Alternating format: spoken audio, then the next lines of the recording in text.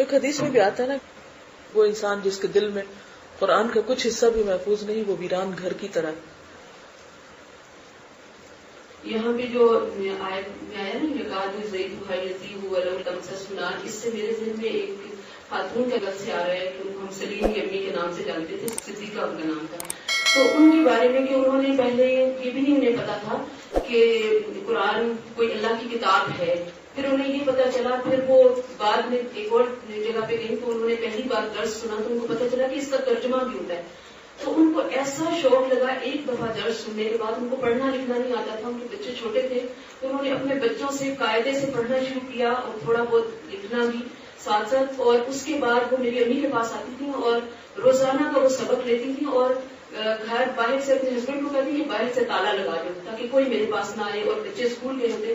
اور وہ بیٹھ کے، بجلی ان کے گھر میں نہیں تھی، وہ درخت کے نیچے بیٹھ کر اور وہ سارا پڑھتی اور پینسل سے نشان لگاتی جاتی، اور شام کو آ کے وہ سارا سمجھتی میری امی سے. پھر آ کے یعنی اس طرح سے انہوں نے 2-2.5 سال میں غالباً پورا قرآن پڑھا تفسیر کے ساتھ تقریباً قرآن میں. پھر اس کے بعد ان کو ایسا شوق لگا کہ وہ بھینسیں دوڑنے والے اور ایسے غریب لوگوں کے پاس جاتی ہیں، اور کیونکہ ارد گرد ایسے ہی لوگ تھے تو ان کے پاس جاتی ہیں اور ان کو کہتی ہیں کہ آؤ قرآن پڑھنے کے لیے. اور میری امی کو کہتی ہیں کہ آپ نے درس دینا ہے لیکن مثالیں وہ نہیں بیان کرنی جو ایسی ہیں کہ جو پڑھے لکھے لوگوں کی. آپ نے بھینس کی مثال دینی ہے، گوبر کی مثال دینی ہے، بکری کی مثال دینی ہے، اور اسی طرح کی.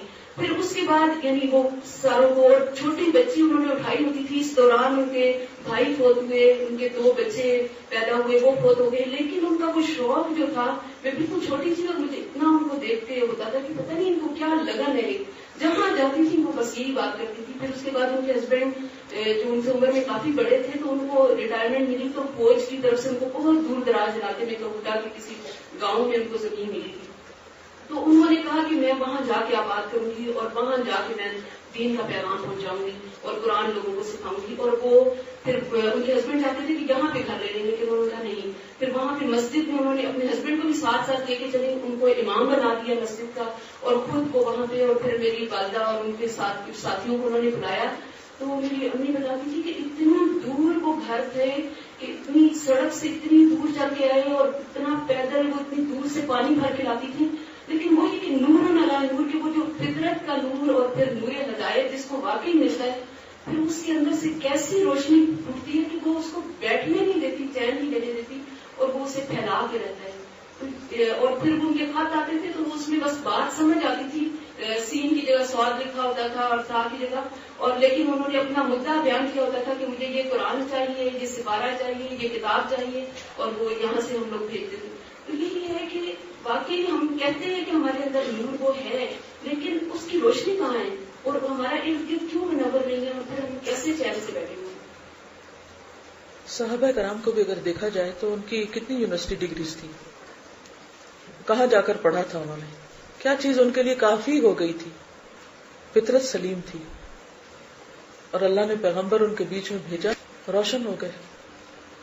فَأَلْهَمَهَا فُجُورَهَا وَتَقْوَاهَا. ہر انسان کے اندر صلاحیت تو ہے، لیکن کس کی طلب کتنی ہے یہ ڈیپینڈ کرتا ہے، کون کتنا اس کو لیتا ہے اور کون صرف بہانے ہی بناتا رہ جاتا ہے. آگے چلنے سے پہلے میں تھوڑا سا یہ چاہوں گی کہ اس کا جو کمپیریزن اللہ سبحانہ وتعالیٰ نے پھر ظلمات بعضها فوق بعض، کہ اندھیروں پر اندھیرے، نور فطرت کے اوپر اندھیرے آ جاتے ہیں. کس چیز کے اندھیرے ہوتے ہیں؟ کون کون سے اندھیرے؟ سیلف ڈسپشن، جہالت، لا علمی، جو کلچر ہوتا ہے ہمارا، ہمارے آس پاس کے لوگوں کی باتیں، خواہشات، باعثز، بدعات، وہ ساری خواہشات نفس اس میں ہی آ جاتی ہیں. پھر یعنی جتنی بھی برائیاں اور خرابیاں ہیں، جو جس ماحول میں بھی ہے اس کے مطابق اس کے اوپر لیئرز چڑھی ہوئی ہیں. جس گھر میں پیدا ہوتا ہے وہاں کوئی روشنی نہیں ہوتی، ماں کی گود اندھیری ہے، اس کے اندر اب کوئی ایمان نہیں.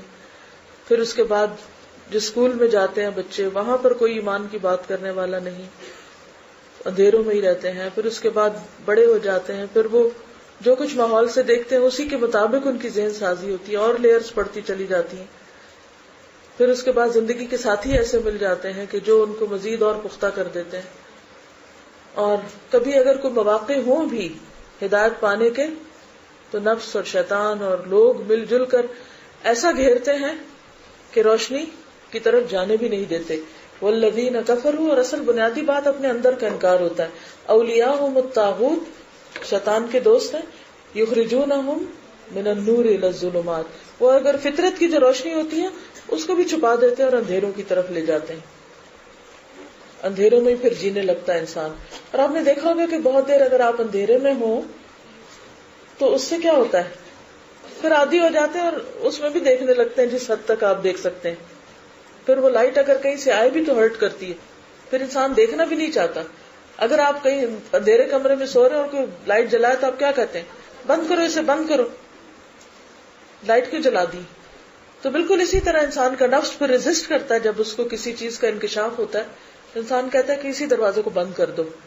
انسان دیکھنا نہیں چاہتا، حق سننا نہیں چاہتا، اس خیر کی طرف جانا ہی نہیں چاہتا.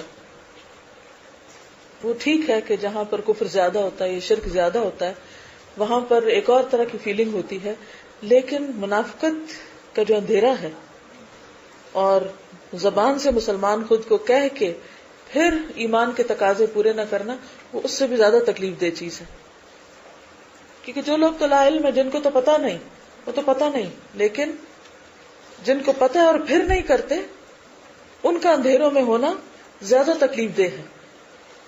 ان کے پاس رہ کر زیادہ تکلیف ہوتی ہے.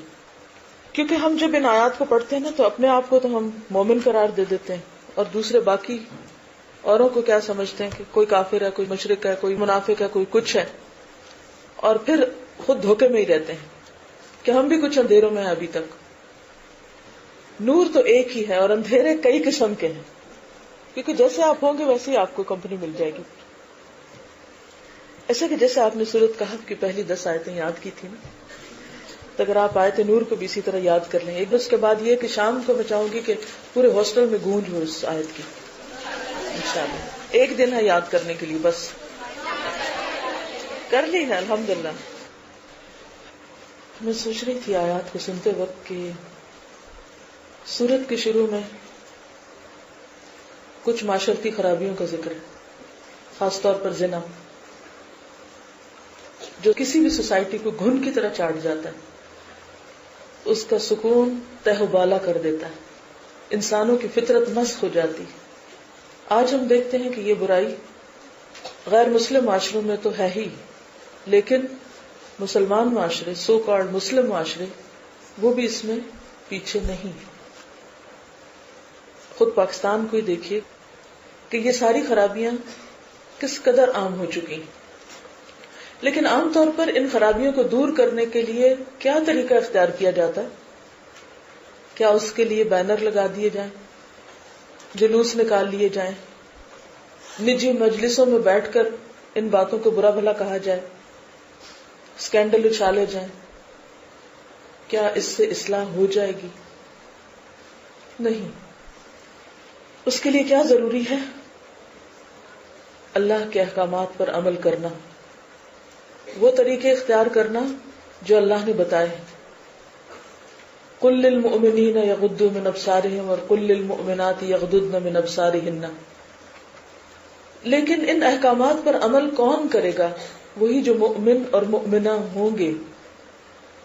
اور جب تک ایمان نہیں، یہ احکامات بھی بس چند الفاظ کا مجموعہ ہے. بہت سے لوگ اس سورت کو دن رات پڑھتے ہیں، اور بہت سی قرآن خوانیوں میں یہ سورت پڑھی جاتی ہے، اور بہت پڑھنے والے ایسے پڑھ رہے ہوتے ہیں کہ جو خود پڑھتے بھی جا رہے ہیں اور خود اس کی عملی خلاف ورزی بھی ہوتے ہیں. وہ نہیں کر رہے ہوتے جنہیں کرنا چاہیے. اور بہت سے لوگ ترجمہ بھی یاد کر لیتے ہیں، تفسیر کا ٹیسٹ بھی پاس کر لیتے ہیں، لیکن ان کا عمل نہیں بدلتا، کیونکہ نور سینے میں نہیں داخل ہوا. جب نور سینے میں داخل ہوتا ہے تو پھر سینے میں وسعت آتی ہے، پھر سمجھ کے پرتو کھلتے ہیں، پھر باتوں کی حکمت سمجھ میں آتی. اس کے لیے اللہ سبحانہ و تعالیٰ نے ہمیں اس آیت کی شکل میں رہنمائی دی کہ اگر ان خرابیوں کو دور کرنا چاہتے ہو معاشرے سے اور خود اپنی ذات سے، میں پھر دوہرا کے کہوں گی خود اپنی ذات سے، تو اس کے لیے ضروری ہوگا کہ ایمان کی تجدید کریں. اپنا محاسبہ کریں کہ میرے اندر کا چراغ کس درجے کا چراغ ہے. اور پھر اگر صرف اتنی خواتین کے اندر جو اس وقت اس کمرے میں بیٹھی ہوئی ہیں، اگر صرف ان کے چراغ جل اٹھتے ہیں اور ان کے گھر روشن ہو جاتے ہیں، کیونکہ فوراً اس کے بعد گھروں کی بات کی گئی، پھر اگر ان کے گھر روشن ہو جاتے ہیں اور ان کے ذریعے ان کی گودیں روشن ہو جاتی ہیں، ان گودوں میں پلنے والے بچوں کے اندر ایمان آتا ہے، کیونکہ با حیا، با کردار اور با عفت مسلمان عورت ہی بچوں کی صحیح تربیت اور پرورش کر سکتی ہے. جس ماں کا کردار خود کھوٹا ہے، جس ماں کے اندر خود پاکیزگی نہیں، اس کے دودھ میں کیا پاکیزگی ہوگی، اس کے خیالات میں کیا پاکیزگی ہوگی، اس کی گود سے کیسے بچے پل کے نکلیں گے، وہ کیا سیکھیں گے. جس گھر میں قرآن سے زیادہ موسیقی کی آواز بلند ہوتی ہو، اس گھروں میں ایمان کیسے باقی رہے گا؟ وہاں سے تو ایمان رخصت ہو جائے گا. لیکن جب ان مؤمنات کے اندر واقعی حقیقی معنوں میں نور پیدا ہوگا تو مسجدیں بھی آباد ہونے لگیں گی، کیونکہ یہ ماں ہی ہوتی ہے، یہ عورت ہی ہوتی ہے جو شوہر اور بیٹوں اور باقی رشتہ داروں کو مسجدوں تک بھیجتی، جو انہیں اس کے لیے تیار کرتی، جو ان کے لیے ایسا ماحول فراہم کرتی ہے کہ وہ اپنے ایمان کے تقاضے پورے کر سکیں. ازواج مطہرات کا کردار دیکھیں، ان کے گھروں میں کیا ہوتا تھا اور قرآن نے کیا حکم دیا کہ تمہارے گھر کیسے ہونے چاہیے. وَاذْكُرْنَ مَا يُتْلَى فِي بُيُوتِكُنَّ مِنْ آیَاتِ اللَّهِ وَالْحِکْمَةِ. جب تک ہمارا ہر گھر بیت القرآن نہیں ہوگا، بیت الایمان نہیں ہوگا، اس وقت تک معاشرے سے یہ خرابیاں دور نہیں ہو سکتی. اس کے لیے ہر ایک کی آنکھیں کھلی ہونی چاہیے، ہر ایک کو اس پہ چیک رکھنا ہوگا. لہذا ضروری ہے کہ ان گھروں کو روشن کرنے کے لیے، سب گھروں کو روشن کرنے کے لیے مسجدوں اور ایسے اداروں کو بلند کیا جائے. اذن اللہ ان ترفع، ان کو مضبوط کیا جائے، جہاں ایسے افراد کی تیاری ہو کہ جو واقعی گھر روشن کریں اور معاشرہ روشن کر دیں. روشنیاں آئیں گی تو اندھیرے جائیں گے. اور اس کے لیے کیا چاہیے؟ آج کی آیات سے پتہ چلتا ہے کہ کسی بھی کام کو اسی وقت کیا جا سکتا ہے جب وہ منظم طریقے سے ہوتا ہے، جب زندگی میں ایک آرگنائزیشن ہوتی ہے، پرسنل لیول پر بھی، خاندانی زندگی میں بھی، گھریلو لیول پر بھی، ادارے کے لیول پر بھی، مساجد میں بھی، پھر سوسائٹی میں اور ہر جگہ پر، جس طرح کائنات میں ساری مخلوق کام کر رہی ہے. اور اگر اس طریقے پر اہل ایمان عمل کریں گے تو اللہ کا وعدہ ہے کہ وہ ان کے خوف کو امن میں بدل دے گا، وہ ان کو زمین پر خلافت عطا کرے گا، پھر وہ دنیا میں عزت پائیں گے. تو اگر آپ شروع سے لے کر سورت کو پڑھتے چلے جائیں تو ایک سے ایک مضمون باہم کنیکٹڈ ہے. یہ الگ الگ آیات اور احکامات نہیں، یہ ایک ہی سلسلہ ہے، پورا طریقہ کار بتا دیا گیا ہے. لیکن آج پہلی بات تو یہ کہ ایسا کلچر عام ہوتا جا رہا ہے کہ ان برائیوں کو برائی سمجھا بھی نہیں جاتا. اگر کوئی اس برائی کو برائی کہنے لگے تو اس کو برا کہا جاتا ہے.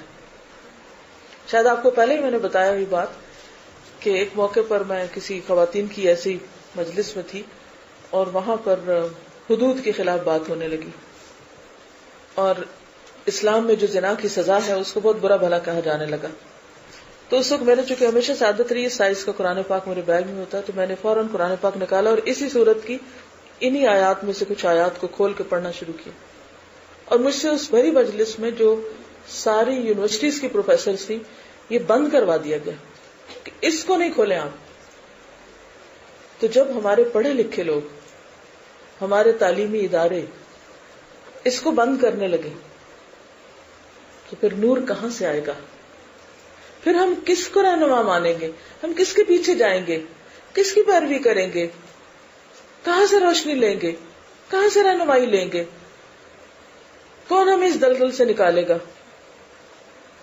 تو بعض ایسے واقعات انسان کے اندر کی ڈٹرمنیشن کو اور زیادہ بڑھا دیتے ہیں. اللہ سبحانہ وتعالی نے ہمیں گھروں کے لیول سے کام شروع کرنے کے لیے کہا ہے.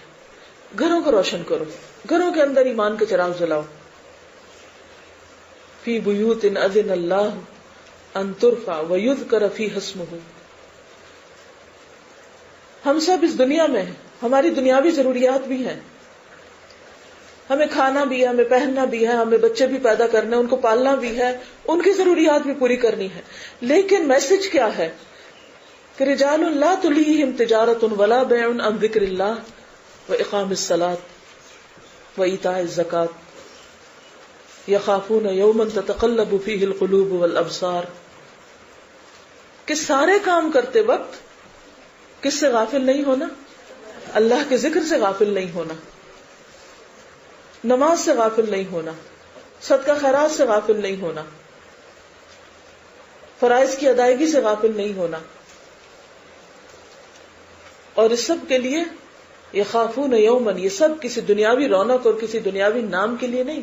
یخافون یومن, اس دن سے ڈرتے ہوئے, تتقلب فیہ القلوب والابصار, جب معاملہ رب العزت کے ساتھ ہوگا. کیونکہ ہم اسی کشمکش میں رہتے ہیں کہ یہ کریں یا وہ کریں. یہ نہیں ہو سکتا کہ ہم دنیا کا کاروبار ٹھپ کر کے پھر آ کے بیٹھ جائیں اور کہیں کہ ہاں ہم اب فارغ ہیں, اب ہمیں کوئی کام بتا دے. کاموں کے بیچ میں ہی یہ کام بھی کرنا ہے. ذکر اللہ جو ہے یہ صرف تسبیح کرنا نہیں ہے. ذکر اللہ میں بہت ساری چیزیں آتی ہیں. کس کس چیز کو ذکر کہا گیا ہے؟ نماز بھی ذکر ہے, قرآن کا پڑھنا پڑھانا بھی ذکر ہے, قلبی ذکر بھی ہے, لسانی ذکر بھی ہے. یہ ساری ذکر کی قسمیں ہیں. رجال لا تلہیہم تجارت ولا بیع عن ذکر اللہ. ایسے لوگ جن کے اپنے سینے روشن ہوتے ہیں وہی دنیا کو روشن کرتے ہیں, اور وہ جہاں بھی ہوتے ہیں وہ روشنیاں پھیلاتے ہیں, نو میٹر وٹ. چاہے وہ کسی بزنس سینٹر میں ہے, چاہے وہ اپنے گھر کے اندر ہے, چاہے وہ اپنے بچوں کے اندر ہے. ان کے دل اللہ ہی کی طرف اٹکے ہوئے, کوئی چیز ان کو اس سے نہیں ہٹا سکتی, ان کو ان کے مقصد سے کوئی چیز غافل نہیں کرتی, وہ کہیں پر بھی ہوں. جب تک یہ کردار نہیں ہوگا اندھیرے نہیں دور ہو سکتے. یہ جو گھروں کی بات ہوئی نا کہ گھروں کو بلند کیا جائے, تو اس میں ان کی تعمیر بھی آتی ہے, ان کی صفائی بھی آتی ہے, ان کے اس مقصد کو پورا کرنا بھی آتا ہے. سب چیزیں اسی میں آتی. مثال کے طور پر جب آپ ایک گاڑی میں بیٹھتے ہیں تو گاڑی کو چلنے کے لیے یعنی کام کیا کہ گاڑی چلانا. اگر کوئی کہے کہ گاڑی چلا کر فلاں جگہ پہنچ جائیں تو کیا خیال ہے آپ کو ایک اسٹیئرنگ پکڑ کر آپ پہنچ جائیں گے؟ یہ 4 پہیے کافی ہوں گے یا کہ صرف انجن ہی کافی ہے؟ کیا چاہیے؟ ایک ونڈ اسکرین ہی اگر ٹوٹی ہوئی ہو, کمپلیٹ پیکج چاہیے, پورا ایک سسٹم چاہیے. تو ہر شخص اپنے اپنے طور پر اپنی اپنی کیپیسٹی میں اپنا اپنا کردار ادا کرتا ہے. لیکن افسوس یہ کہ لوگ اس طریقہ کار کو بھول گئے ہیں جو قرآن نے ہمیں دیا ہے. ہم بار بار اس سے ہٹ جاتے ہیں, اس کو نہیں سمجھ پاتے. تو اللہ تعالیٰ اب کائنات میں غور و فکر کے ذریعے بات سمجھاتے ہیں